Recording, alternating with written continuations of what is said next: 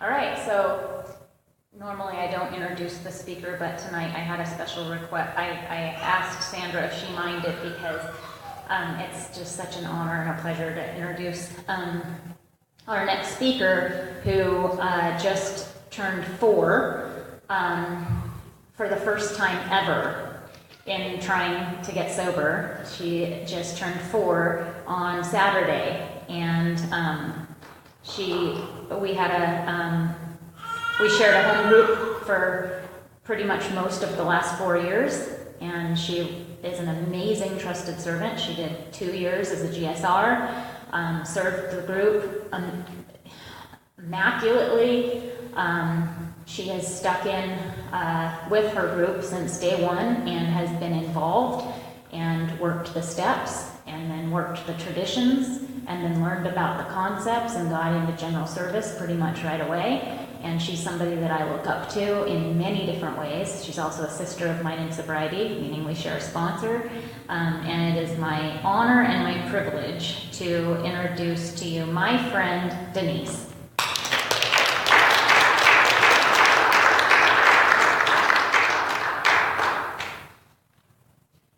I'm Denise, alcoholic.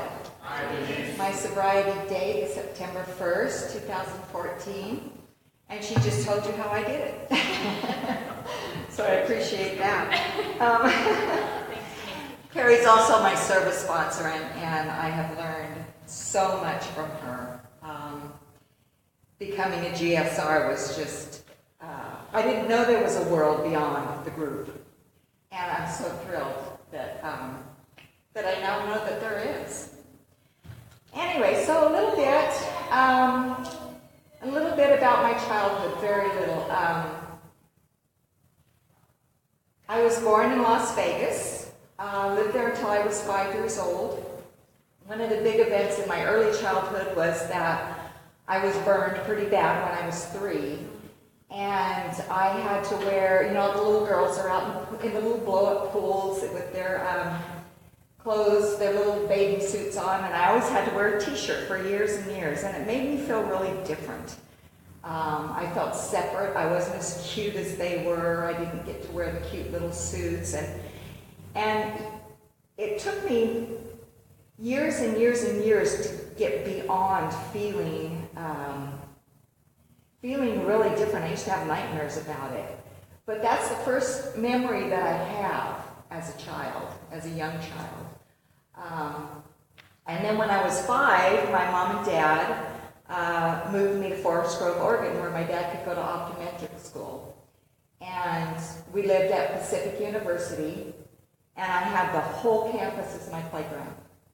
I mean, talk about a backyard. I don't know if anybody's ever been there, but it's big and it's beautiful, and we had forts everywhere, and I had a really good childhood. I had parents who loved me. I had parents who loved each other. I don't ever remember my mother and father fighting. They had to have because they're human, but I don't remember it. If they did it, it wasn't in front of us kids. And I had a lot of fun when I was a kid. So, I've heard a lot of stories of some pretty rocky childhoods, and well, I'll get to that part, those things later. But I had a great, loving family. I was brought up in church and the Methodist religion, and so I always had a God, and I always believed in Him. I eventually drank Him away because with drinking the way I did, there was no room for God in my life. My higher power was the bottle at that point. And I had my first drink I moved back to Vegas when I was 10. And when I was 14 years old, I had my first drink. Now, my girlfriend, Roxanne, she had a dad who was a heavy drinker, stepfather. And she stole a 6-pack of Ripple. Some of you might be old enough to remember what Ripple wine was. Rock gut, awful. And we decided we were going to cut school, and we took a blanket, went out in the desert, and we each had 3.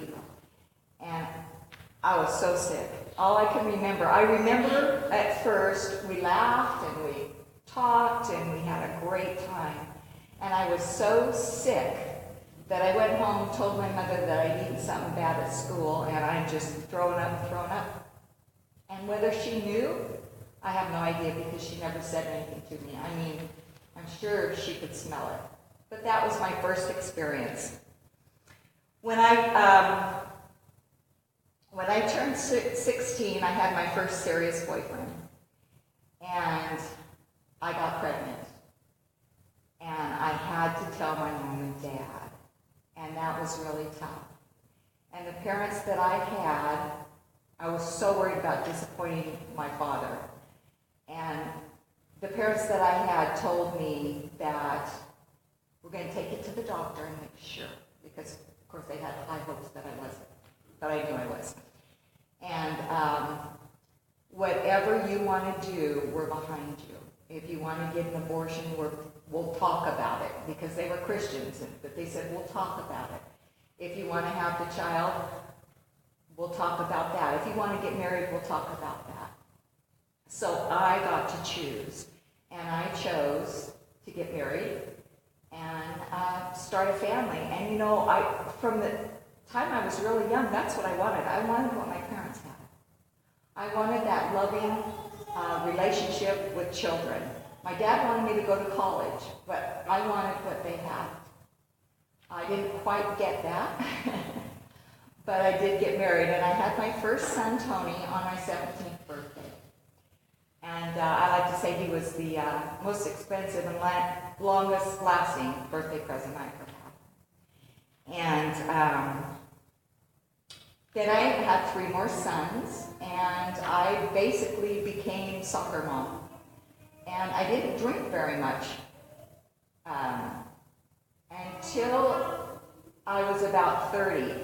In between, we lived in Las Vegas, so my husband and I, he was a blackjack dealer, and we'd go out and we'd go to a show a couple of times a year, and that was when Vegas was still glamorous. There were no children in casinos, no playgrounds in casinos. You still dressed up and you still paid your money to get in, and you still got your 3 cocktails and great shows, and that's how it was back then. And so we did that a couple times a year, but for the most part, I didn't drink much. But when I did drink, I drank too much. We were on a bowling league when I was 20. I know I wasn't legally able to drink, but it was Vegas. And I could drink all the guys under the table, and I was so proud of that. And they go, how does she do that? How can she drink so much and be okay? And I thought, God, what a bunch of lightweights. Little did I know that having that kind of tolerance might mean I could be an alcoholic, but I had no idea. My mother was an alcoholic, but she started drinking alcoholically later in life, to the best of my knowledge. I never saw her drunk until I had long moved out and came back to visit. My oldest brother, Jeff, is an alcoholic with 28 years of sobriety in the program. My youngest brother is a very active alcoholic. So all 3 of us kids were. My dad was a normie. However, alcohol killed him. He got in a fight with his wife, not my mother, because she died, and decided to go golfing and get drunk first, fell down, hit his head, had a stroke, and died a couple weeks later, so great. Let's see. When I moved up here, I became a cocktail waitress. Now that is the best job for an up-and-coming alcoholic because you got free shift drinks after work. And that's when I started drinking on a daily basis. And I had a blast. I mean, I worked at the River House. We had music. Everything was so fun all the time. But when I drank too much. And I usually got sick. And those are what I call normal hangovers. You know, you wake up the next morning and you just don't feel good, and you might throw up a little or whatever, and then you get back up and you go out and you go back to work and you do it again, and that's fine. And then when I turned 40, my mom died. And she was an alcoholic, like I said, and she had a stroke. And I was in the air from here going to see her, and I had just landed, and at that time, my dad knew when I was going to get there, but at that time, he pulled the plug. And I got a resentment. I was so angry, 20 minutes, and I could have said goodbye to my mom. And I was so angry that I was off and running. I was drinking hard every day. I got up in the morning and I went to work and I cleaned the restaurant that I worked for, and I did the books, and then I went home and I drank wine and I took a nap and I got back up and I went to work again, and I managed the restaurant at that time and worked till 11 o'clock, and then I got off work and I drank some more, and then I went home, and then I started over again the next day, and I did that for a really, really long time. And I had totally lost the ability to control my drinking at that point. I'd been to rehab a couple of times, and it worked. I mean, there were times where I had a couple of years, or I had 3 years, or I had 1 year. But I always had a reservation, and that reservation was that if I was away from alcohol long enough, I could drink normally. I mean, I believed that. I didn't understand that I was a forever alcoholic until the last time that I came in. So as my alcoholism progressed, I was drinking pretty much 24/7. Now, by this time, I'm an artist also, so I was working at home. I could work when I wanted to, and not if I didn't want to. And I drank all the time. I had bottles all stashed all over the house. If we were going to a wedding or a party, I drank before we went. I had to prime the pump because I couldn't let anybody see how much I was drinking. So I drank first. I kept bottles in my purse, and that way nobody would know. They all knew, but I figured I was pretty sly, pretty clever. And towards the end of that period of time, I had a bottle beside my bed. And I would wake up about every 4 hours, I would wake up and I would have a couple pulls off the bottle, because it's the only way I could stop the shakes and I could get back to sleep. And then I would get up in the morning and drink a little bit and go on with my day. But I still had the maintenance drink all the time to keep that going. And I got to the point where I was so desperate this last time. I wanted somebody to stop me. I wanted my family to have an intervention. I wanted the police to stop me. And I always said if I ever got a DUI, they might as well shoot me, because I'd be so humiliated, it would never work. And at the end, I would drive with a pint of vodka in a plastic bottle between my legs, and if I saw a cop, I would take a drink, hoping he would stop me. To a school zone, hoping he would stop me. Nobody ever stopped me. And I was absolutely desperate. It didn't seem to matter what happened when I was drinking anymore. I couldn't stop. I remember there was a gal that was in AA another time when I had been in that had killed herself, and I remember I became a blackout drinker. And on the verge of a blackout, I went and got my gun, and I was sitting in my room, and I wanted to hear the sound. This is what I told myself. I wanted to hear the sound, and I wanted to see what it smelled like, and I wanted to know what she heard. And so I shot my floor. And my husband comes running in, just thinking that I had killed myself. So he called my daughter-in-law, and my daughter-in-law said, we're having dinner. I'm sick of her bullshit. I'll call the police. And she did. She called the police, and the police got her. And they didn't arrest me. I only killed the floor. So, but they did take me to the hospital. And at that time, and the only reason I mentioned my blood alcohol level is because of this. It was 0.379. And when they told me, and I think it was the adrenaline from shooting that gun, that I didn't feel drunk anymore. And I told him, you guys are lying to me. You're lying to me because I feel fine. I was coherent. I could talk. And I wanted to go home, and they wouldn't let me. I had a cop at the door that looked just like Robert De Niro, so I was giving him a hard time. And he kept telling me to go sit down, or he was going to arrest me, and so I listened. But the next thing that happened, not too long after that, was I went into a blackout and apparently fell and hit my face on the counter and then on the floor, and I laid there in a pool of blood all night long.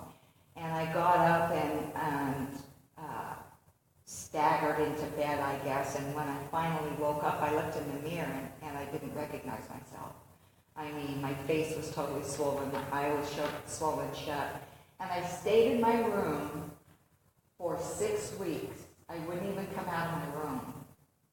But when I did come out of my room, when the swelling was gone, I went straight to the liquor store. And that's the insanity. That's the insanity.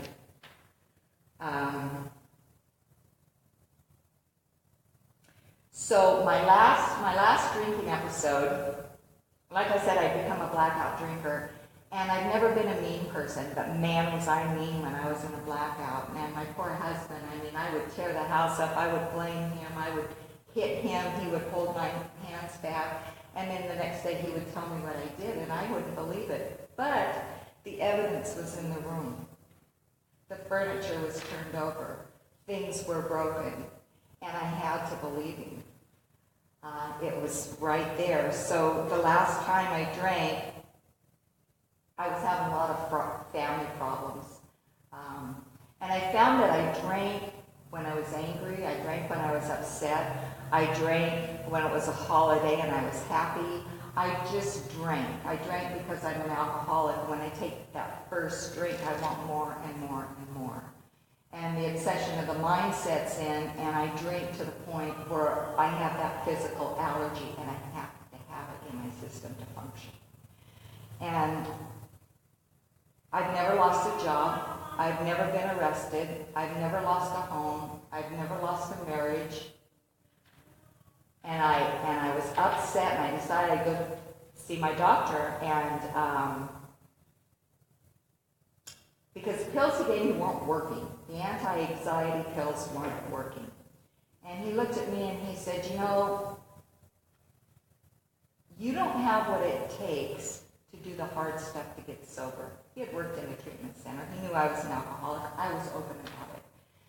So I went out and said, well, I'll show him. I went straight to the liquor store and bought liquor.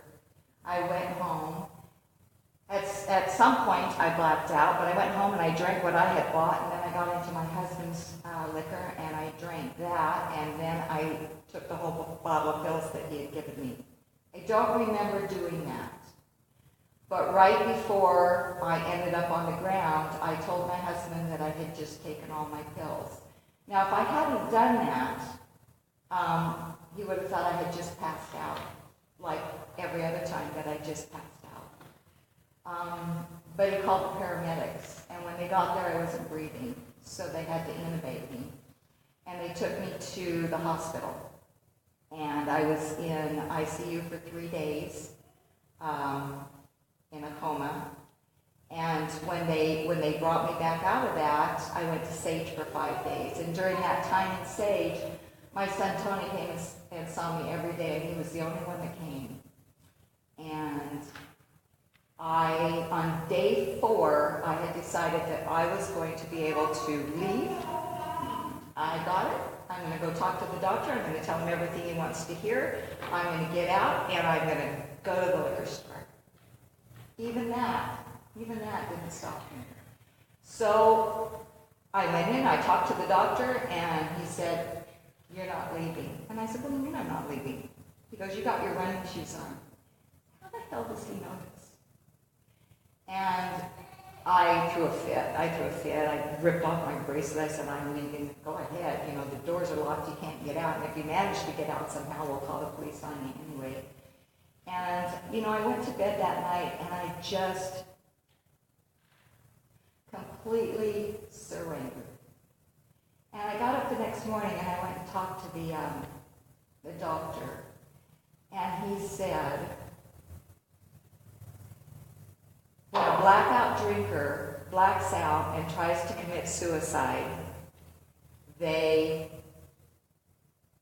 make a mental connection in their head. If you drink again, you're going to black out again eventually and you're going to die because you're going to take your own life. And I believed him. I listened to him. And I thought, I have to do this and I have to do it right this time because I didn't do it right last time. And so I made a plan. I went to intensive outpatient because I needed to be accountable. I needed what they had to offer. And I needed to go back to AA. And so I did that. And instead of waiting for people to introduce themselves to me, I introduced myself to them. I learned people's names. I wrote it down. I remembered. I made coffee. I greeted people. I got into service immediately, and I stayed in service for the whole 4 years.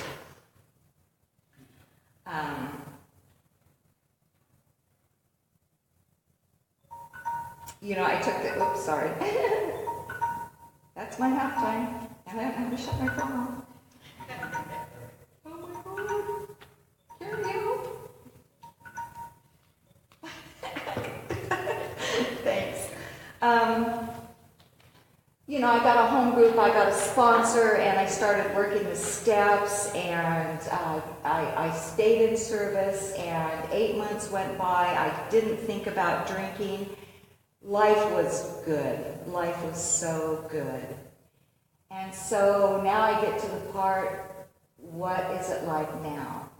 Well, what it's like now started from that eight month place that I was in. It was May 9th, the day before Mother's Day. I love Mother's Day. And we all planned to go out to dinner.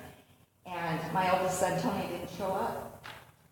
And I couldn't figure that out. I thought, oh, maybe he's mad, maybe he's drunk, maybe he's whatever. And the next day, the people he was staying with called and said he's missing. And so I went to the police department, I reported him missing, and he was missing for 3 weeks. We had flyers all over town. Thank God I had my home group because I didn't stay home. I didn't drink. I was scared to death. And I kept going to meetings. That's what I learned how to do, was that I could be there and my family would take care of me there. I told my husband, who's a heavy drinker, please get all the liquor out of the house because I don't know what I'm going to do. And he didn't. But that obsession didn't return. And 3 weeks to the day that he went missing, the police came at midnight and told me that he was dead. And I didn't have to drink over it. I didn't have to. And I know today that my trying to commit suicide was God's way of telling me, this is what it takes for you. You need to be sober because you're going to have to bury your child. That's what I think happened. And I was able to do that. I was able to get through it. And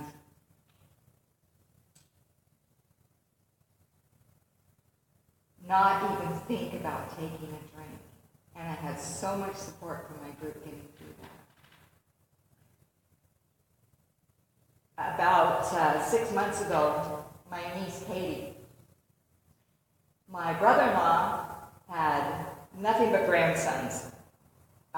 He had 5 kids and 2 beautiful daughters, and boy, he wanted some granddaughters. Well, his 2 daughters got pregnant at the same time, and with twin girls, both of them. Both of them had very difficult pregnancies. Both of them had premature births. Katie had her twin girls first. Of course, they were in whatever the baby ICU is called. And she spent her days with her babies. She had 4 little boys at home, but she spent her days with her babies. They weren't expected to make it, but they were thriving and doing wonderful. And Katie left the hospital about midnight and to go home, which was only about a mile. And a drunk driver hit her and killed her. And I didn't have to drink over it. You know, and I look back and I think about how I had to drink over everything. You know, I was angry, so I drank. The day was bad, so I drank. You know, it had nothing to do with anything. It just had to do with the fact that I'm an alcoholic and I can't take a drink. And the spiritual place that I'm in now and that I came to in the last 3 years is far beyond anything I grew up with. God was in a box when I grew up. Do this, don't do that, you know, that kind of thing. And today, there's no limit. There's just absolutely no limit. I don't always know what His will is for me. And I don't always know what His will is for others. So when I pray for His will to be done in my life, I pray for acceptance of that will because it scares me. It scares me. But I also know that I don't have to drink over any of it. Anything that happens, I don't have to drink over it. How much time do I have, Carrie? 5 minutes.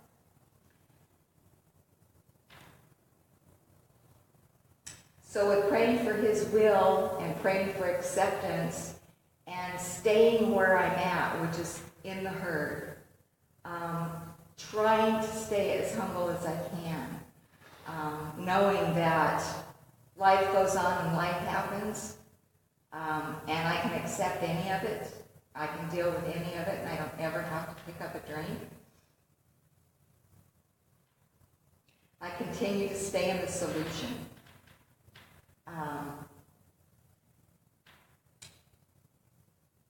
My husband, 4 years ago, went into his office and pretty much didn't come out and almost drank himself to death, and I had given up all hope. And I completely surrendered all of it to my higher power. And he's been sober for 4 months. And he almost died, and he's sober. And he doesn't go to AA, and he didn't surrender, but he said, I got defeated, and I know I can never take a drink again. And he doesn't miss it. And if that's the way it works for him, then great. But I'm happy. I was thinking the other day, you know, I've lost my son, I've lost a lot. And is it okay for me to be this happy? And you know it is. It's okay. I haven't been this happy in, I don't think ever. And thanks to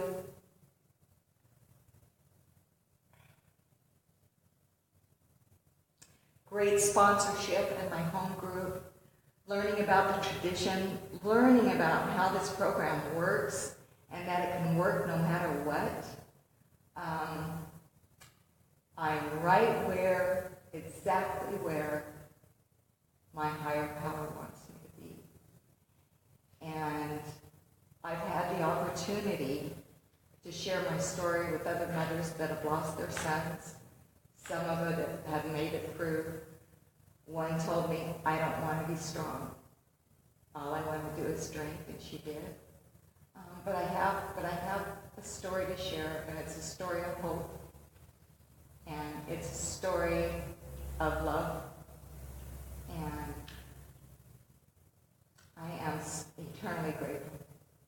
And I'm so glad that I got really, really mad, and I went and saw that doctor, and I took that bottle of pills, because it's what it took for me to stand here today. And I'm so grateful. Thanks for letting me share my story.